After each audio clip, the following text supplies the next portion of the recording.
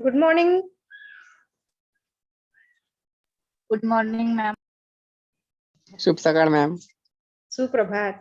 आपण मागच्या तासापासून सूत्रसंचालन हा विषय घेत होतो. एक महत्वाची सूचना मला त्याआधी तुम्हाला द्यायची आहे. उद्यासाठी आपण एक गेस्ट लेक्चर ठेवलेलं होतं मागच्या सॅटरडे आणि याही सॅटरडेला, पण विद्यार्थी संख्या फार कमी आहे जुळणाऱ्यांची आणि त्यामुळे काही आपण गेस्ट लेक्चर घेत नाही आहे. पण पहिल्या हप्त्यामध्ये मॅडमनी जे काही तुम्हाला शिकवलं आणि आता दुसऱ्या आठवड्यामध्ये सुरुवातीचे काही दिवस मॅडमने शिकवलं आणि नंतर आता मी कंटिन्यू करते आहे. तर तुम्ही एक गोष्ट करायची आहे की 2-2 मिनिटाचा किंवा अगदी याच शिकवलेल्या अभ्यासक्रमावर तुम्हाला प्रश्न आणि क्विज तुमची राहणार आहे.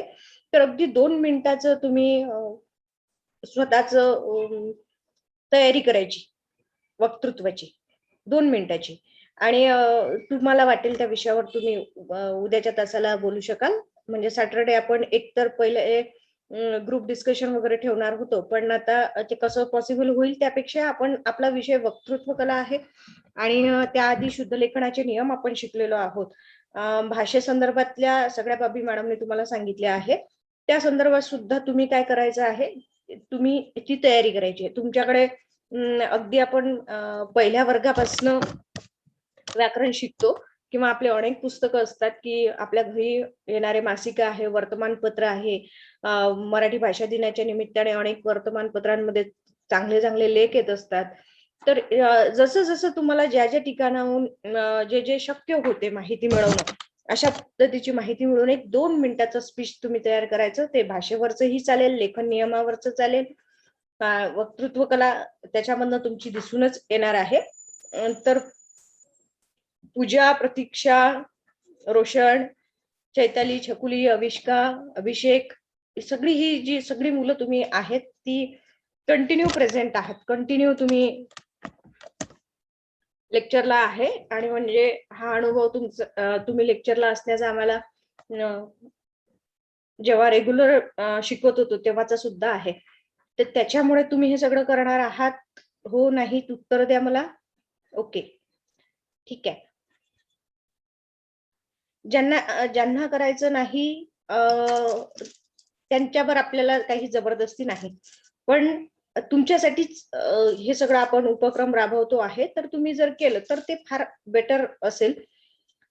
नाही तुम्ही कुणीच काही प्रेझेंटेशन केलं तर मी अर्थात तुम्हाला शिकवणारच आहे, ठीक आहे.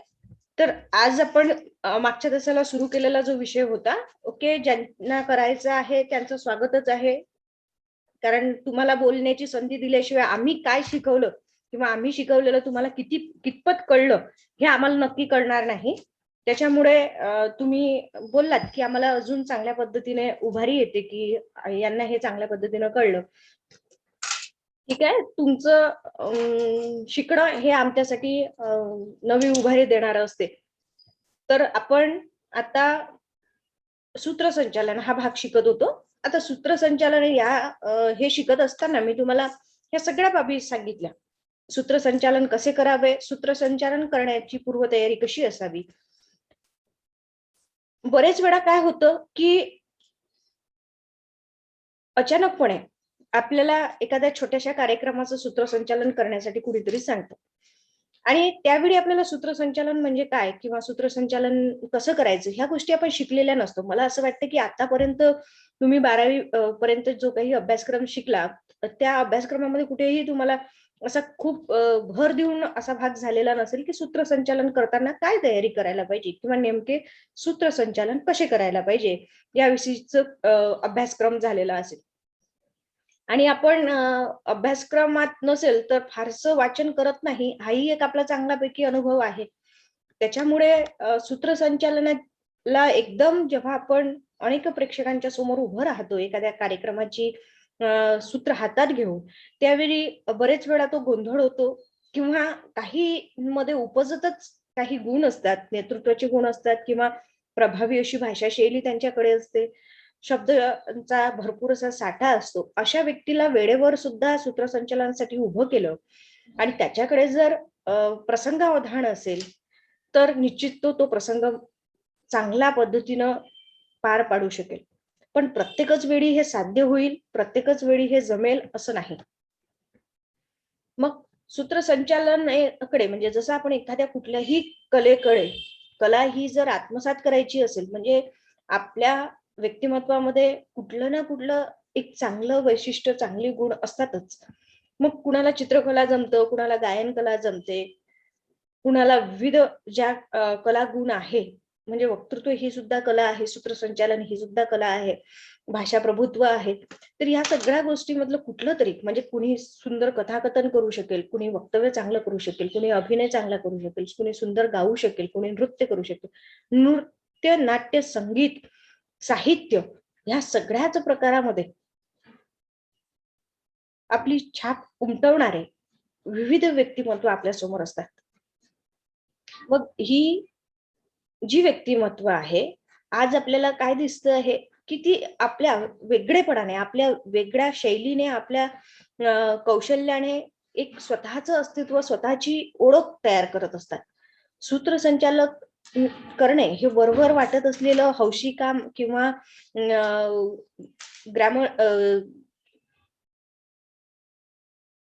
साधं सोपं वाटत असलं तरीही ते काम अत्यंत जबाबदारीचं आहे किंवा ते करत असताना फार तोल सांभाळून आपल्याला ते करावं लागतं. मागच्या तासाला शिकवल्याप्रमाणे शब्द संपत्ती, शब्दाचा भरपूर साठा, यासाठी काय करावं लागेल आपल्याला की उत्तम पुस्तकांचं वाचन आणि भरपूर वाचन ही गोष्ट फार महत्वाची आहे. आणि आयुष्याच्या प्रत्येक टप्प्यावर तुमचं हे जे मिळवलेलं ज्ञान आहे किंवा वाचनातून तुम्ही जे काही संकलन तुमच्याकडे केलेलं आहे ते आयुष्याच्या प्रत्येक टप्प्यावर तुम्हाला कामी पडणार आहे. तुम्ही सूत्रसंचालक झालात का किंवा नाही झालात का, पण तरीही ही गोष्ट. आणि नंतरची वृत्ती काय आहे की प्रसन्नता. आता प्रसन्न आपणच असलो की आपल्याला स्वतःला छान वाटतं, आपल्याला पाहून इतरांना सुद्धा छान वाटतं. कायम माणसाचा एक स्वभाव आहे की तो काय करत असतो, लोक काय म्हणतील, इतरांच्या समोर जाताना आपण कसं प्रेझेंट होतो आहे, कसं दिसतो आहे, ह्या गोष्टी फार महत्वाच्या असतात. हल्लीच्या काळात सूत्रसंचालकाचं फार महत्व वाढलंय आणि नुसतंच त्याचं बोलणं, भाषाशैली ह्या सगळ्यांबरोबर त्याचं दिसणं, त्याचं असणं, म्हणजे कारण त्या संपूर्ण कार्यक्रमामध्ये डायसवर सतत त्याचं वास्तव्य असतं आणि म्हणूनच मग त्यांचा पेहराव, त्याचं दिसणं, त्याचा चुणचुणीतपणा याही गोष्टीकडे प्रकर्षाने लक्ष दिलं जातं. मग ही वृत्तीची प्रसन्नता म्हणजे आपण मन करारे प्रसन्न सर्व सिद्धीचे कारण. आपण प्रसन्न असलो की मग संपूर्ण सभागृहच कसं प्रसन्न होऊन जातं किंवा ते आपल्याला तसं भासतं देखील. ही वृत्ती त्याच्यामध्ये असायला पाहिजे. मार्मिक आणि खेळकर भाषाशैली त्याची हवी, व्यक्तिमत्व प्रसन्न हवंच. या सगळ्या बाबी आपण पाहिल्या. अनेकदा काय होतं की कार्यक्रमामध्ये वेळेवरच काहीतरी बदल सुचवले जातात आयोजकांकडून आणि कधी कधी असं होतं की एखादा प्रमुख व्याख्याता किंवा एखाद्या कार्यक्रमाचं व्याख्यानमालेचं समजा आपण सूत्रसंचालन करतो आहोत किंवा एखाद्या कवी संमेलनाचं सूत्रसंचालन आपण करतो आहे, ऐनवेळी असं होतं की एखादा कवी कुठल्या तरी कारणाने येऊ शकत नसेल, एखादा व्याख्याता त्यावेळी बदललेला असेल, अशा वेळी सूत्रसंचालकाला फार तारतम्य राखावं लागतं आणि मग समयसूचकता राखून तो आयोजकांनी केलेला कार्यक्रमातला बदल, हा बदल आपल्याला तितक्याच सहजपणे, हजरजबाबीपणाने, प्रसंग भान लक्षात घेऊन तो बदल झालेला आहे असं प्रेक्षकांच्या लक्षात न येऊ देता इतक्या सहजतेने तो आपल्याला सांभाळून घ्यायचा असतो. आणि हे जे कौशल्य आहे, हे कौशल्य सूत्रसंचालकाच्या अंगी असणं फार महत्वाची गोष्ट आहे. अनेकदा आपण बघतो की फार बदल कार्यक्रमामध्ये होत असतात. स्वागतांच्या नावामध्ये स्वागत करणाऱ्या व्यक्ती किंवा ऐनवेळी अध्यक्ष बदलणं, अनेकदा पाहुणे बदलणं, उद्घाटक ऐनवेळी दुसऱ्याकडे देणं, ह्या सगळ्या गोष्टी होत असतात आणि ह्या सगळ्या बदलांना आपल्याला सामोरे जायचं आहे. यासाठी लागणारी सजगता आणि सहजता आपल्यामध्ये हवी आणि अगदी सहजपणे हे बदल आपण स्वीकारू शकलो पाहिजे. आणि इतक्या सहजतेने आपलं लाघवी बोलणं असावं सूत्रसंचालकाचं की या हृदयीची त्या हृदयी, म्हणजे सूत्रसंचालक जे बोलतो ते समोरच्यांच्या हृदयी इतक्या सहजपणे जायला हवं, त्यासाठी कुठले वेगळे प्रयत्न करण्याची कुणालाही गरज भासता कामा नये. इतकं हे काम सहजतेने त्याला करता यावं. आणि आता मी कालपासून तुम्हाला सारख्या ह्या सगळ्या गोष्टी सांगते की तुम्ही म्हणाल की मॅडम सूत्रसंचालन सोपं असतं, पण इतक्या सगळ्या बाबी त्याच्यामध्ये आहेत. ज्यावेळी आपण प्रत्यक्ष अनेकदा काय होतं की खूप मुलं सुंदर बोलतात, पण ती चार चौघामध्ये सुंदर बोलतात.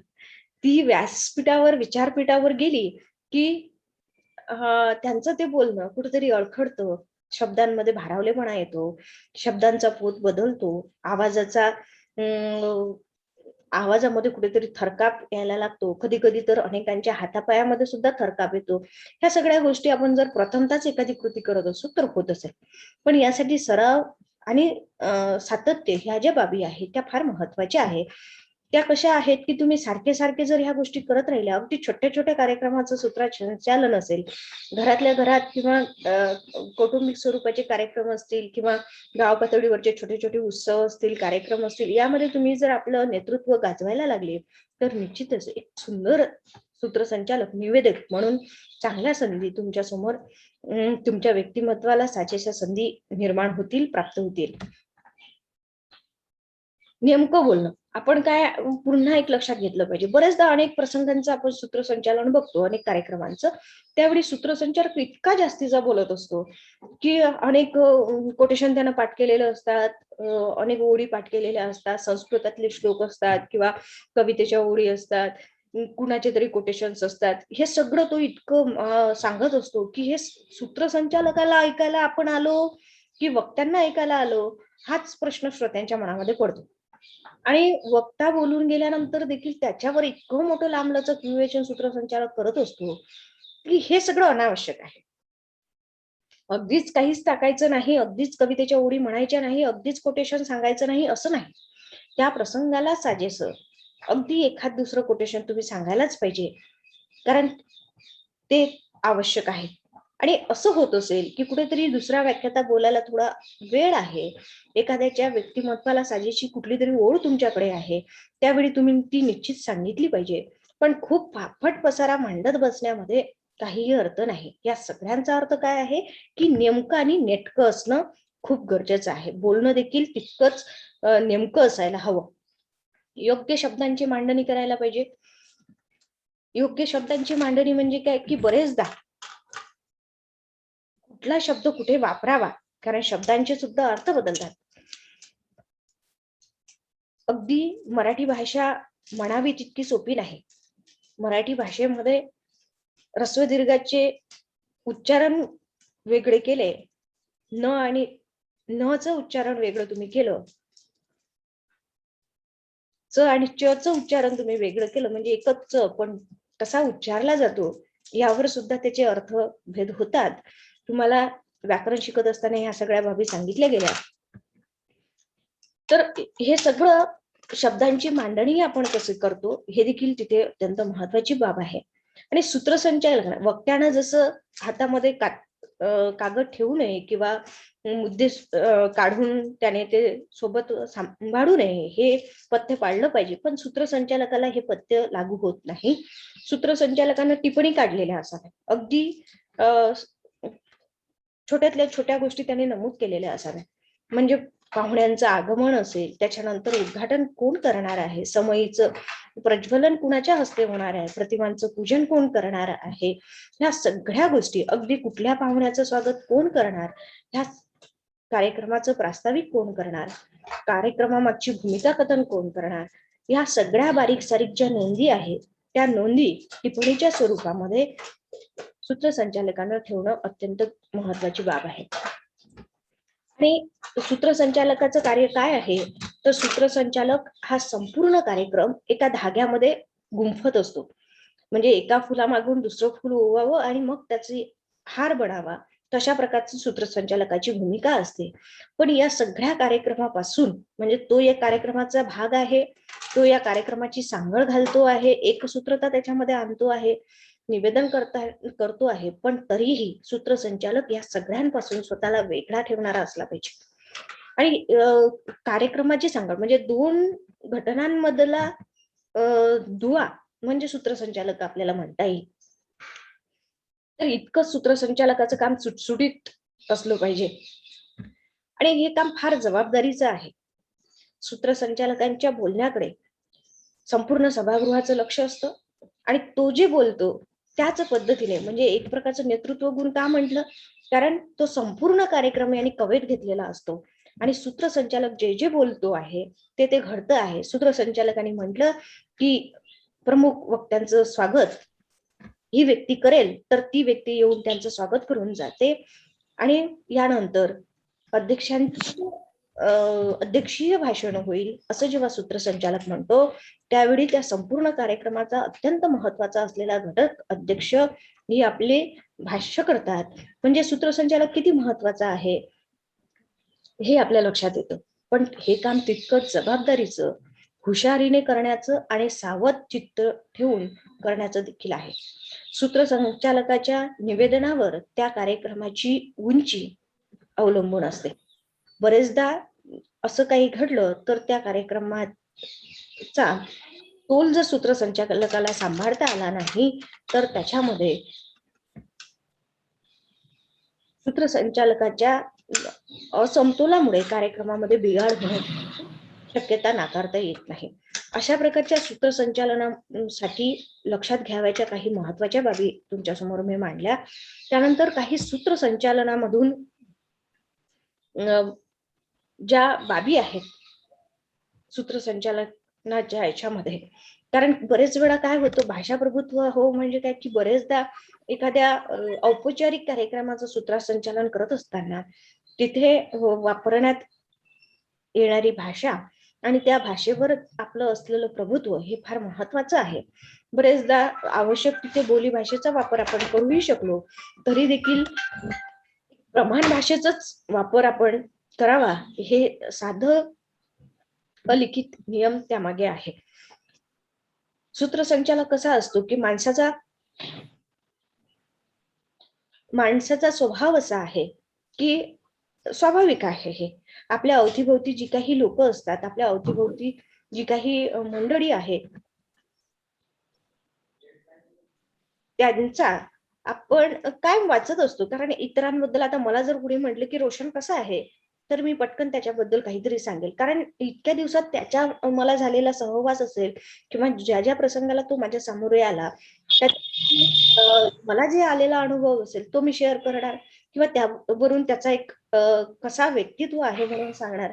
तर अशा वेळी काय होते की आपण याचाच अर्थ काय की माणूस वाचत असतो, पुस्तकं वाचायचीच आहेत आणि पुस्तक म्हणजे काय आहे, साहित्यिक लिहितो पुस्तकांमधनं, मग ती कथा असेल, कादंबरी असेल, नाटक असेल, कविता असतील, तर या सगळ्यांमध्ये जे प्रतिबिंब पडतं ते प्रतिबिंब समाज जीवनाचं असतं. साहित्य आणि समाज यांना आपल्याला वेगळं करता येत नाही आणि मग साहित्य हे प्रातिनिधिक स्वरूपामध्ये समाजाचं जे चित्रण त्याच्यामधून घडवत असते आणि ते आपण वाचलं की आपल्याला अजून चांगल्या पद्धतीने समाज समजून घ्यायला, विविध काळातील तत्कालीन जी काही परिस्थिती आहे ती समजून घ्यायला मदत होते.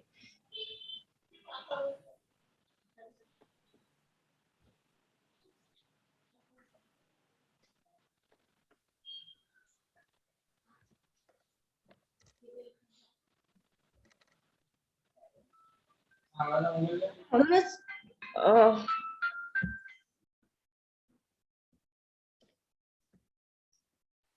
पुस्तक आणि माणूस वाचण्याची सवय मॅम हा बोला.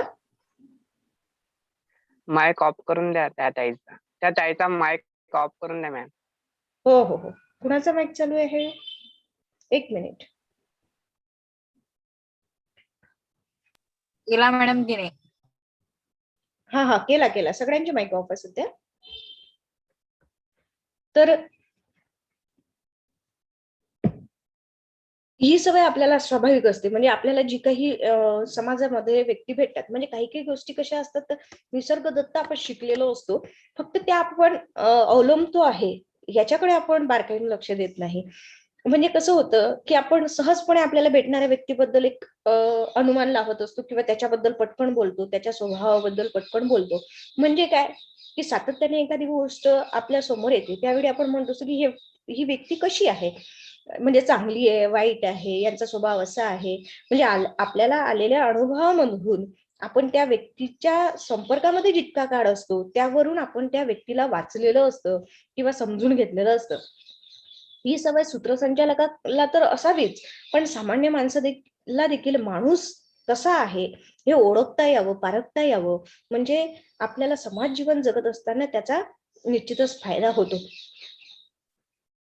ह्या सगळ्या ज्या बाबी आपण बघतो आहोत त्याच्यामध्ये काय लक्षात येतं की बहुश्रुत व्यक्तिमत्व, विविध पातळ्यांवर. बहुश्रुत कशाला म्हणतो आपल्याला, की ज्याला कवितेचंही आकलन झालेलं आहे, ज्याला कथा कादंबरी कळती आहे, ज्याला संगीताचं भान आहे, ज्याला नाट्य अभिनय या क्षेत्रातलं माहिती आहे, साहित्य क्षेत्र त्यांनी अनेक पुस्तकं साहित्य क्षेत्रातली वाचली आहे, नामवंत व्यक्तिमत्व त्यांनी अभ्यासली आहे, चरित्र आत्मचरित्र त्यांनी अभ्यासली आहे. समाज जीवन जगत असताना, माणूस म्हणून जगत असताना विविध पातळ्यावरच त्याचं जे जगणं आहे त्याला आपण असं बहुश्रुतपणा असं म्हणत असतो सामान्यपणे. आणि मग हे असणं म्हणजे काय आहे की तुम्ही तितके प्रगल्भ होत जातात. ह्या सगळ्या गोष्टी ज्याच्यामध्ये असतात की नाही, विविध पातळ्यावर जेव्हा मनुष्य काम करत असतो किंवा तो करतच असतो, एकाच वेळी आपण अनेक गोष्टी आपल्या मनामध्ये येत असतात, आपल्या विचारांचे तरंग विविध दिशेने वाहवत असतात, हे सगळं आपल्यासोबत घडत असते. पण या सगळ्यांना एकसंघ बांधण्यासाठी आपल्याला विचारांची दिशा निश्चित करावी लागते, ती ठरवावी लागते.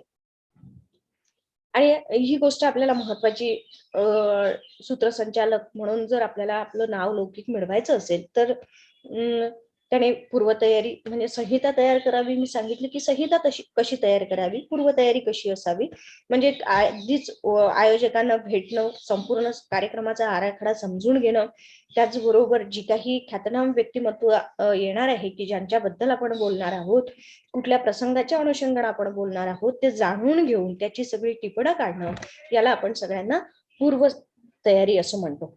बरेचदा आपण वर्तमानपत्र वाचत असतो, याचं उदाहरण मी तुम्हाला मागच्या तासाला दिलं होतं. त्याच्या घडामोडी वाचत असतो, त्याचा देखील आपल्याला भरपूर मोठा फायदा होतो आणि ते आपण केलंच पाहिजे. ते सगळ्यासाठी फायदा आहे. सूत्रसंचालक म्हणूनच नव्हे तर तुम्ही कुठल्याही स्पर्धा परीक्षा देत असाल किंवा रोजचं जगणं जगत असाल, साध्या चार चौघामध्ये देखील तुम्ही बोलत असाल, तर तुम्हाला जर रोजची ताजी माहिती असेल तर निश्चितच आजची ताजी माहिती उद्या ही भूतकाळाची माहिती असेल, पण ती भूतकाळाची माहिती देखील वाया जात नाही, कारण तो इतिहास जमा होत असतो. समजा अजून 10 वर्षानंतर जी येणारी नवी पिढी आहे तिला आपल्याला 1920 मध्ये कोरोना आला होता आणि मग त्यावेळची जी माहिती आपल्याला आहे ती सांगणं म्हणजे काय, तो एक इतिहास झाला. म्हणजे आज ऐतिहासिक जो भूतकाळाचा संदर्भ आहे, मग त्यावेळी कसं लहान पोरांपासून सगळ्या ज्येष्ठांपर्यंत सगळ्यांना स्वच्छतेची सवय लागली होती आणि आपण पुन्हा आपल्या परंपरेकडे वळत चाललो होतो. ह्या सगळ्या गोष्टी आपल्याला सांगाव्या लागतील. मग आजची ताजी घडामोडी ची माहिती आपण अद्ययावत माहिती ठेवणं, त्याचं ज्ञान करून घेणं, पुस्तकं, वृत्तपत्र, मासिके यांचं वाचन करणं, त्याचबरोबर अनेक कविता संग्रह आपण वाचले पाहिजे. मी तुम्हाला सावरकरांचं आणि विवेकानंदांचं उदाहरण सांगितलं होतं. त्या उदाहरणाच्या माध्यमातून मी तुम्हाला पुन्हा असं सांगते की आपल्याला टिपणं काढायची सवय असली पाहिजे. चांगल्या कवितेच्या 4 ओळी आपण वाचल्या तर त्या निश्चितच नोंदवून ठेवल्या पाहिजे. पण मग चांगल्या कवितेच्या 4 ओळी वाचल्या म्हणून वाटेल तिथे त्या उसळायच्या असं करायचं नाही. जर त्या प्रासंगिक असतील तर निश्चितच आपण आपल्या सुंदर लाघवी शब्दांमध्ये बोललं पाहिजे, पण नसतील आवश्यक तर मात्र अवास्तव बोलू नये. चरित्र आणि आत्मचरित्राचं वाचन आपण केलं पाहिजे, नाटकं आपण वाचली पाहिजे, कादंबऱ्या आपण वाचल्या पाहिजे, कारण हे वाचून आपल्याला अनेक व्यक्तिमत्व समजून येतात, समाज समजून घेता येतो, तत्कालीन सामाजिक, राजकीय, आर्थिक, भौगोलिक, सांस्कृतिक जी काही घडामोडी आहेत त्या लक्षात घेता येतात आणि त्याचा आपल्याला निश्चितच फायदा होत जातो. अनेक फार मोठ्या मोठ्या प्रसिद्ध व्यक्ती असतात, त्या प्रसिद्ध व्यक्तीबद्दलची जाणं सुद्धा आपल्याला असली पाहिजे.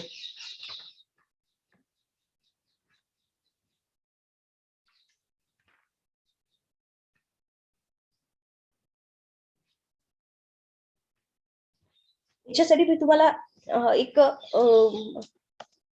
उदाहरण असं देते.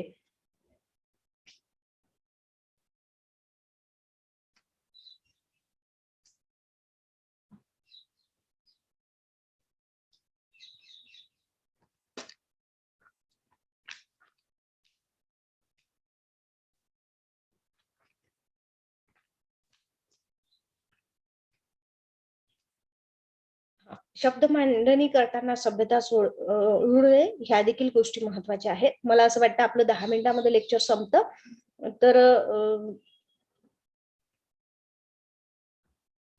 ठीक आहे, काही हरकत नाही. ही 10 मिनिटांमध्ये लेक्चर संपलं तरी आपण उद्याच्या तासाला पुन्हा राहिलेला भाग बघतोच आहे. पण या पीपीटी मधला ही शेवटची पीपीटी तुम्हाला या अनुषंगाने सांगते जितकं होईल तितकं. तर संचालन ही एक संधी आहे. म्हणजे याच्यामध्ये सुद्धा व्यावसायिक संधी कशा निर्माण होऊ शकतात किंवा कुठल्या होऊ शकतात. तर याचं हे सांगत असताना म्हणजे तुम्हाला स्क्रीन दिसतीये का सगळी माझी? हो मॅडम. त्याच्यावर तुम्ही जेव्हा मी बोलती आहे तेव्हा वाचू देखील शकता. वाचल्यामुळे सुद्धा तुम्हाला हे कळतं की याच्यामधले मुद्दे मी हे ठळक मुद्दे तुमच्या समोर मांडले. अगदी सगळंच्या सगळं पुस्तक किंवा विविध पुस्तकं वाचून पूर्णच्या पूर्ण तुमच्या समोर शेअर केलं नाही. आता तुम्हाला प्रश्नही विचारायचे आहेत, की फार कठीण प्रश्न आम्ही तुम्हाला विचारणार नाही. तर अगदी सोपे प्रश्न त्याच्यामध्ये विचारले जातील.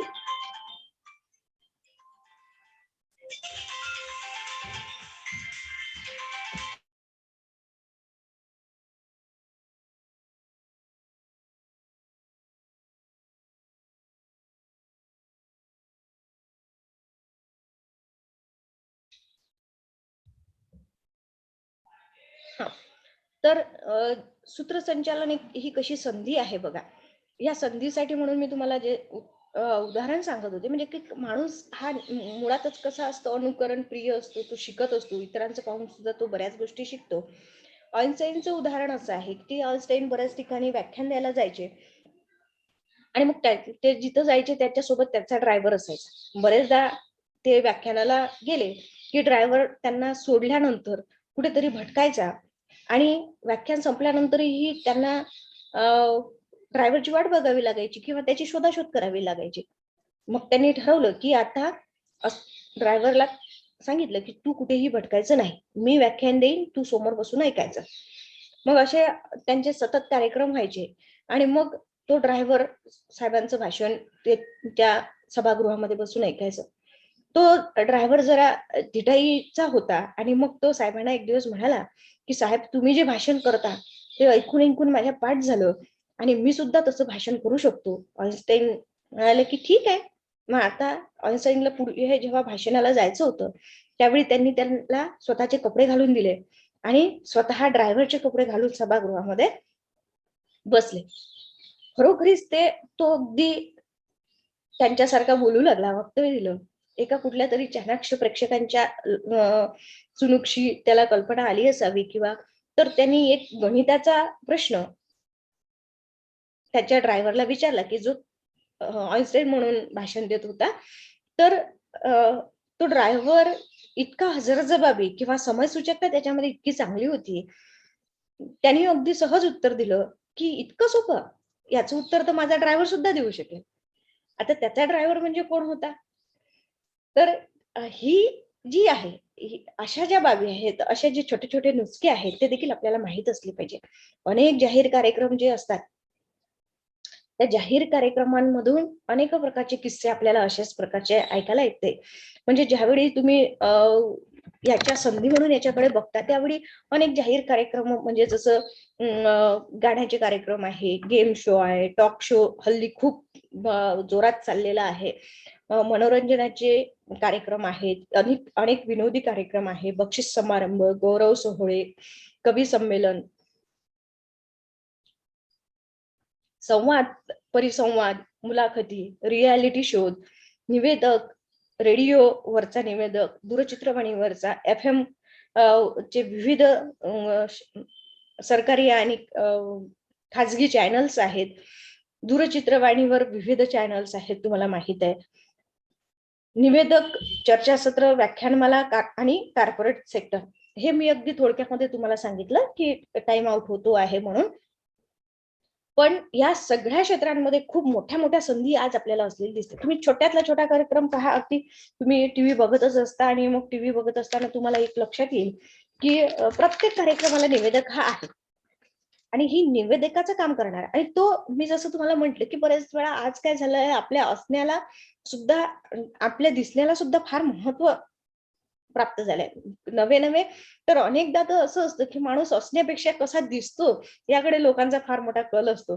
त्याच्यामुळे बरेचदा तुम्हाला असं लक्षात येते की टीव्ही शो जे आहेत, जर तो टीव्ही शो मध्ये बघा तुम्हाला वेगवेगळे पारंपरिक पोशाख त्यांनी घातलेले वेगवेगळ्या कार्यक्रमाचं निवेदन करताना अगदी टीव्हीवरच्या छोट्या छोट्या ज्या जाहिराती आहेत, म्हणजे संधी कशा असतात, त्या जाहिरातीमध्ये सुद्धा तुम्हाला ती जाहिरात जर सणासुदीच्या कालावधीमध्ये आली असेल तर तुम्ही त्यांचा पेहराव बघा. तुम्ही एक अभ्यास म्हणून त्याच्याकडे बघितलं पाहिजे, कारण हे सुद्धा खूप मोठं क्षेत्र आहे आणि या सगळ्यांबद्दल मला तुम्हाला शिकवायला आवडेल. पण आता सध्याची ती इतका वेळ आपल्याकडे नाही किंवा आपला कोर्स हा लिमिटेड दिवसांचा आहे. नंतर एखादा कोर्स मी त्याच्यावर नक्की डिझाईन करेल ह्या कोर्स प्रमाणेच. तर ही सुद्धा खूप मोठी संधी आहे. म्हणजे तुम्ही बघा की अगदी त्यांचे पेहराव बदललेले असतात. अगदी स्त्रियांच्या नाकामध्ये नऊवारी पातळ घातलेलं किंवा साडी घातलेली असं दिसेल. कधी कधी परकर पोलकं घातलेलं असेल. कधी कधी अगदी बातम्या देणाऱ्या ज्या कॉर्पोरेट सेक्टर मधल्या मुली आहेत त्या तुम्हाला जीन्स ट्राउझर किंवा कोट घातलेल्या अशा सुद्धा दिसतील. म्हणजे ह्या ज्या सगळ्या गोष्टी आहेत, झब्बा पजामा घातलेले पुरुष तुम्हाला दिसतात. म्हणजे या सगळ्या गोष्टी प्रसंगानुसार कशा बदलतात. निवेदन आपण कायमच ऐकत असतो. रेडिओ, टीव्हीवरचं जे निवेदन आहे, निवेदकाचं हे क्षेत्र जे आहे, सूत्रसंचालकाचं हे जे क्षेत्र आहे ते व्यापक आहे, अमर्याद आहे. सध्याच्या काळामध्ये त्याला खूप मोठ्या संधी आहेत. कारण पूर्वी असं होतं की अगदी पूर्वी जर तुम्ही बघितलं तर एखाद्या कार्यक्रमाचा अध्यक्ष हाच सगळ्या गोष्टीला परवानगी द्यायचा. एखाद्या वक्त्यांनी बोलायचा, कधी किती काळ बोलायचं त्याला तो ते सूचित करायचा. पण आज ती गोष्ट राहिलेली नाही. प्रत्येक छोट्यातल्या छोट्या आणि मोठ्या मोठ्या कार्यक्रमाला देखील सूत्रसंचालक हा आवश्यक असतो. नवे नवे तर आपल्याला असंही चित्र दिसतं की फार ज्या मोठ्या समारंभ असतात आणि त्याच्यासाठी जर टीम पूर्ण जाणार असेल, म्हणजे समजा आता गाण्याचा एक मोठा शो होणार आहे, कार्यक्रम होणार आहे, तर त्याच्यासोबत गायक वादकांसोबतच एक सूत्रसंचालक देखील असतो, निवेदक देखील असतो, ज्याला आपण तिथे निवेदक असं म्हणतो, की तोच त्या संपूर्ण गाण्यांच्या कार्यक्रमाचं निवेदन करतो. ही क्षेत्र. आणि तुम्ही अगदी बघा आता सध्या कुठला कार्यक्रम तो गाण्याचा, एक छोट्या मुलांच्या गाण्याचा कार्यक्रम चालू आहे. मी फार टीव्ही बघत नाही त्याच्यामुळे मला त्याचं नाव अगदी सांगता येत नाहीये. पण पूर्वी जो सारेगमप कार्यक्रम चालायचा त्याला पल्लवी म्हणून जी निवेदिका होती, आता सुद्धा ज्या निवेदिका आहेत तर त्या निवेदिका तुम्ही बघा कसं निवेदन करतात. रेडिओवरचं, आकाशवाणीवरचं निवेदन तुम्ही ऐकलं. हल्ली FM चे खूप सारे चॅनल, म्हणजे अगदी लोकल चॅनल पासून सगळं सुरू झालेलं आहे. त्याच्यावर देखील एक निवेदक असतो. निवेदनाच्या या क्षेत्रासोबतच हा निवेदक मुलाखती सुद्धा घेतो. मुलाखतीचं क्षेत्र देखील याच्यासाठी मोकळं होतं. कारण अनेक मोठमोठ्या व्यक्तींच्या मुलाखती घेण्याची संधी देखील या निवेदकाला प्राप्त होऊ शकते. आणि हे सगळे जे बोलले मी तुम्हाला,